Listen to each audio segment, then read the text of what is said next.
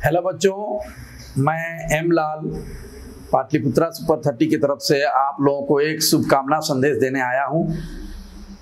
M लाल chemistry classes की तरफ से as well as career capsule channel की तरफ से, ताकि आप लोगों को मैं कुछ वो टिप्स दे सकूं और वो शुभकामनाएं दे सकूं जो आप लोगों को इस घड़ी में ज़रूरत है। पहली बात, आप ध्यान से पहले समझें, कोई भी एग्जामिनेशन है वो बहुत टफ नहीं होता है उन लोगों के लिए जिन लोगों ने सीरियसली पढ़ाई की है। वो कहीं कोचिंग में पढ़े हों, किसी भी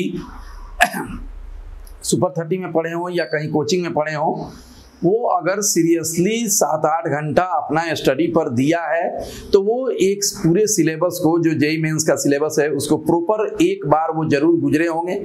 और वैसे लोगों के लिए इस एग्जामिनेशन में 40 to 50% क्वेश्चन ऐसे रहते हैं जो एनसीईआरटी बेस्ड क्वेश्चन होते हैं पूरी तरह से। जो एनसीईआरटी का ही लैंग्वेज रहता है, एनसीईआरटी का ही लाइन रहता है, वो आप आसानी से बना सकते हैं। तो सबसे पहले आप लोग जब एग्जामिनेशन हॉल में जाएं तो आप लोग उस एग्जाम जब देने के लिए कॉन्सेंट्रेट होकर बैठें, तो आप जो है उस 40 to 50% क्वेश्चन को ढूंढने की कोशिश करें कि कहाँ वो क्वेश्चन है जिससे मैं अपना गोल अचीव करने के लिए श्योर शर्ट लगा सकूं। अगर वो 45% 50% आपने क्वेश्चन कर लिया है तो वो गोल अचीव आप कर सकते हैं, आप 100% सेफ जोन में। तो अब जो है उसके लिए क्या करना है कि आपको फिजिक्स, केमिस्ट्री, मैथमेटिक्स, जिस पेपर में भी क्वेश्चन आपको, जिसमें आप पूरी तरह से कॉन्फिडेंस हैं, उस पेपर में उस क्वेश्चन की तलाश शुरू करें। और पहली बार में आपको ये कोशिश करना है कि हर पेपर से मुझे 12 से 15 क्वेश्चन को श्योर एंड सर्ट जो है उसको मुझे कर लेना है, ताकि मेरा एनआईटी कहीं ना कहीं मैं एनआईटी में जा सकूं। पहला बात तो ये हो गया कि आप इसके लिए जो है वो 15 क्वेश्चन आपको ढूंढना है। पहले आपको 45 क्वेश्चन के लिए ही लड़ाई लड़नी है, उसके बाद रेस्ट क्वेश्चन के लिए देखना है। कोई भी क्वेश्चन जो थोड़ा सा आपको देखते लगे कि ये क्वेश्चन मुझसे बन जाएगा, पहले आपको उसी पर अटेम्प्ट लेना है। जो क्वेश्चन लगे कि थोड़ा टाइम लेने वाला है, उस क्वेश्चन को आप रिव्यू के लिए रख दीजिए, ठीक है, उसको रिव्यू के लिए रख दीजिए। और पहले आप जो है चुन कर, सिलेक्ट करके उन क्वेश्चन को आपको हासिल करना है पहले, ताकि आप जो है ये 45 to 50% मार्क्स आप जरूर श्योर एंड सर्टेन आप 45 to 50% मार्क्स एक्वायर कर सकते हैं, आप ऑब्टेन कर सकें, ताकि आप सेफ जोन में चले जाएं। उसके बाद आपको रिस्क नहीं लेना है। रिस्क तब लिया जाता है जब बहुत कम आपसे अटेम्प्ट हुए हों, ठीक है। अगर आपने बेहतर ढंग से पढ़ा है तो श्योर एंड सर्टेन जानिए कि आपका 50% क्वेश्चन श्योर एंड सर्टेन बनेगा आपसे। और जब वो 50% क्वेश्चन बनेगा तो आप सेफ जोन में चले गए। तब आप rest part of the question को भी आप देखेंगे, जो आपसे बनने लायक होगा उसी को करेंगे। क्योंकि आप ये बात समझ जाइए कि कंपटीशन में 0 से आगे बढ़ा जाता है। 0 से आगे बढ़कर हम लोग क्या करते हैं, 100% तक पहुंचते हैं, 50% तक पहुंचते हैं, 60% तक पहुंचते हैं। कोई बहुत अच्छा स्टूडेंट रहता है तो वो 100% भी एक्वायर करता है, 100% मार्क्स ऑब्टेन करता है। तो आपको जो है पहले अपने लेवल पर सोच लेना है कि मैं किस जगह हूं और मुझे कहां तक पहुंचना है।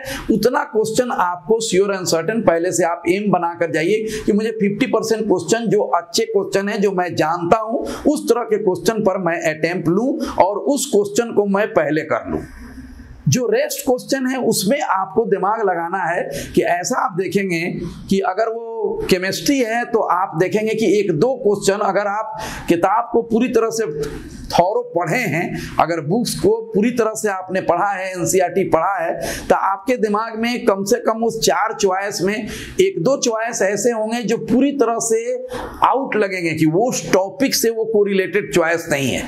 तो जो बच गया, अगर एलिमिनेशन आप सीख गए कि 2 को हमने एलिमिनेट कर लिया तो रेस्ट बचे 2, तो 2 पर आप पूरी तरह से अगर कॉन्सेंट्रेट होंगे, अपने आप को भूल कर एग्जामिनेशन हॉल में अगर पूरी तरह से कॉन्सेंट्रेट होंगे, तो मुझे पूरा यकीन है कि आप वो 2 में से किसी एक को एक के तरफ जा सकते हैं और जाएंगे तो वहां मार्क्स आपको हो सकता है कि आप अच्छा कर सकें उस पॉइंट पर। ठीक है, पैनिक नहीं होना है, बिल्कुल एकदम पैनिक नहीं होना है। एग्जामिनेशन हॉल में आज जो लोग बच्चे जो एग्जाम देने गए थे कैरियर कैप्सूल पर, उसका इंटरव्यू भी बच्चे लोगों का लिया गया है। आप उसको देखेंगे तो आपको समझ में आएगा कि वहां कुछ पैनिक नहीं है। आपको खुद अपने से पैनिक नहीं होना है। ये सोचना है कि आज मुझे इसी तरह से एग्जामिनेशन हॉल में जाना है जिस तरह से एक कोरोना पेशेंट अपने आप को या कोरोना से बचने के लिए अपने आप को पूरी तरह से सुरक्षित कवच पहन कर जाता है। जैसे आपको मास्क लगाना है, ठीक है, सैनिटाइजर लेकर जाना है, ये सारी चीजें आप लेकर जाएंगे और अपने आप को भूल कर एग्जामिनेशन में 3 घंटा पूरी तरह से कॉन्सेंट्रेट होकर दीजिए। मुझे पूरा यकीन है कि आप कामयाब होंगे। और ये जो है बात मैं सिर्फ और सिर्फ आप लोगों को इसी बात का ध्यान दिलाने के लिए अभी मैं आया हूं, ताकि आपको मैं ये बता सकूं। और ये समझ जाइए कि हमेशा ये सोचना है कि आदमी जब भी कोई जुस्तजू करता है, किसी चीज की चाहत होती है, उसमें अगर 100% इन्वॉल्व हो गया तो वो जरूर कामयाब होता है, क्योंकि 100% involvement is the key to success. किसी भी चीज में कामयाबी चाहिए तो उसकी दीवानगी 100% होनी चाहिए।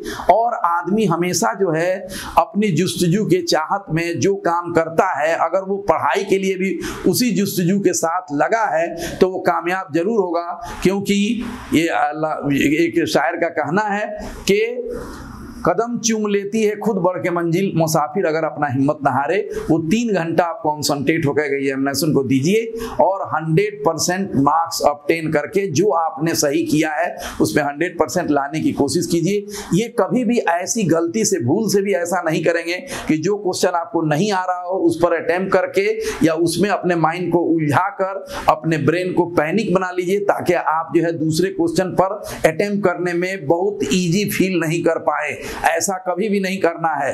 उससे ज्यादा से ज्यादा इस बात को सोचना है कि मैं कितना क्वेश्चन एलिमिनेट कर सकूं, क्योंकि निगेटिव आपके बस में नहीं है, निगेटिव आपके कंट्रोल में नहीं है, पॉजिटिव आपके कंट्रोल में है। इसलिए जिस पर 100% आपको फेथ हो उसको आप जरूर उसको अटेम्प्ट लीजिए और उसी से अपने कैरियर को डिसाइड कीजिए, उसी मार्क्स से अपने कैरियर को डिसाइड कीजिए। और 135, 30, 40 नंबर तक आ जाएगा तो आप श्योर एंड सर्टेन ये समझिए कि सेफ जोन में है।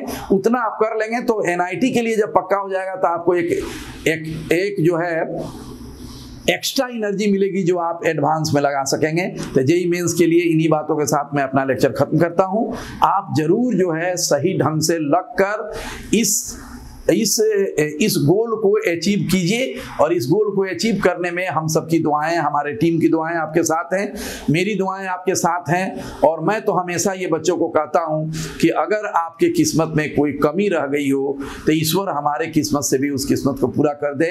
क्योंकि हमेशा ये कहा जाता है कि गुरु हमेशा चाहता है कि उसके बच्चे कामयाब हों। आप सभी लोग जो देख रहे हैं हमको, या जो हमसे कोरिलेटेड हैं या नहीं हैं, जो पहले से नहीं जुड़े हैं, पहली बार देख रहे हैं, उनके लिए भी मेरी शुभकामनाएं हैं और सबके लिए शुभकामनाएं हैं। क्योंकि हमेशा टीचर के बारे में ये कहा जाता है कि माँ को अपने बेटे और किसान को अपने लहलहाते खेत देखकर जो खुशी होती है, वहीं किसी टीचर को, किसी मोटिवेटर को अपने बच्चों की कामयाबी में मिलती है, वही खुशी अपने बच्चों की कामयाबी में मिलती है। इन्हीं बातों के साथ मैं आज का लेक्चर खत्म करता हूं। Bye and thank you.